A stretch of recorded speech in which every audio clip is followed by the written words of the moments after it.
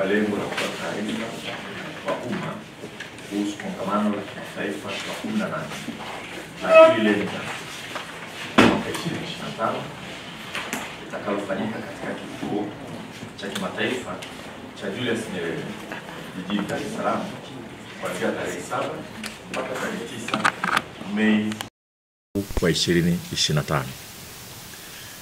Tangu kuasisiwa kwake mwaka 2005, kongamano hili limeshafanyika katika nchi 17 ikiwemo Tanzania ambapo lilifanyika mwaka 2011.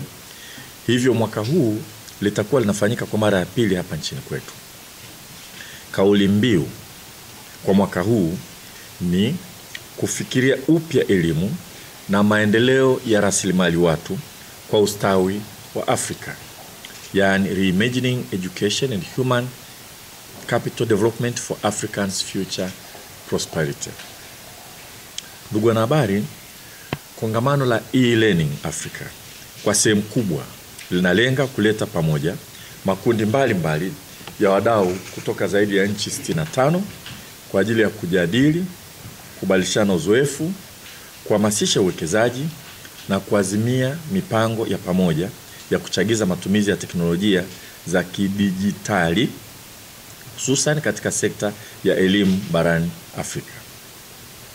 Aidha, makundi hao ya wadau yatajumuisha watunga sera, watoa maamuzi, wataalamu wa elimu, wataalamu wa teknolojia, watafiti, wabunifu, wafanyabiashara, wawekezaji na wadau wa maendeleo.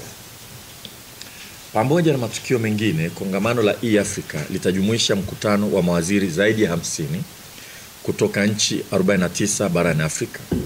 Mkutano huu utatoa fursa ya kujadili na kuazimia mikakati ya pamoja ya kuandaa nguvu kazi mahiri katika kubuni, kuzalisha na kuimarisha matumizi ya teknolojia za kidijitali. Kama nilivyotangulia kusema, kongamano hili litaanza tarehe 7 Mei na kuhitimishwa tarehe 9 Mei mwaka 2025. Kama mwenyeji wa kongamano hili, nchi yetu inatarajiwa kunufaika na fursa mbalimbali za kuwa mwenyeji wa kongamano hili, zikiwemo kubaini mikakati na mbinu mpya za kuongeza matumizi ya teknolojia za kidijitali katika elimu na sekta nyingine. Pili, kuvutia programu za pamoja za ubiasharishaji wa bunifu na teknolojia zinazoibuliwa nchini. Tatu, kuvutia makampuni ya teknolojia ya kikanda na kimataifa kuja kuwekeza hapa nchini. 4, kuimarisha ubia baina ya sekta ya umma na sekta binafsi katika maendeleo na matumizi ya teknolojia za kidijitali. 5, kuchagiza uchumi wa ndani kupitia bidhaa na huduma zitakazotolewa kwa washiriki wa kongamano hili na kuhamasisha washiriki wa kongamano kutembelea vivutio mbalimbali vilivyopo hapa nchini na fursa nyingine kadhaa. Ndugu wanahabari, tunatoa rai kwa wizara mbalimbali, taasisi, mashirika, asasi, kampuni za teknolojia, wanataaluma, watafiti, wabunifu, waandishi wa habari, wafanyabiashara na Watanzania kwa ujumla kujiandaa kutumia fursa za kongamano hili vilivyo.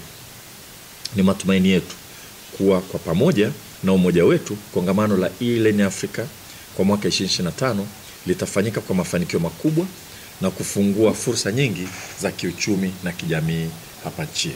Asanteni sana kwa kunisikiliza.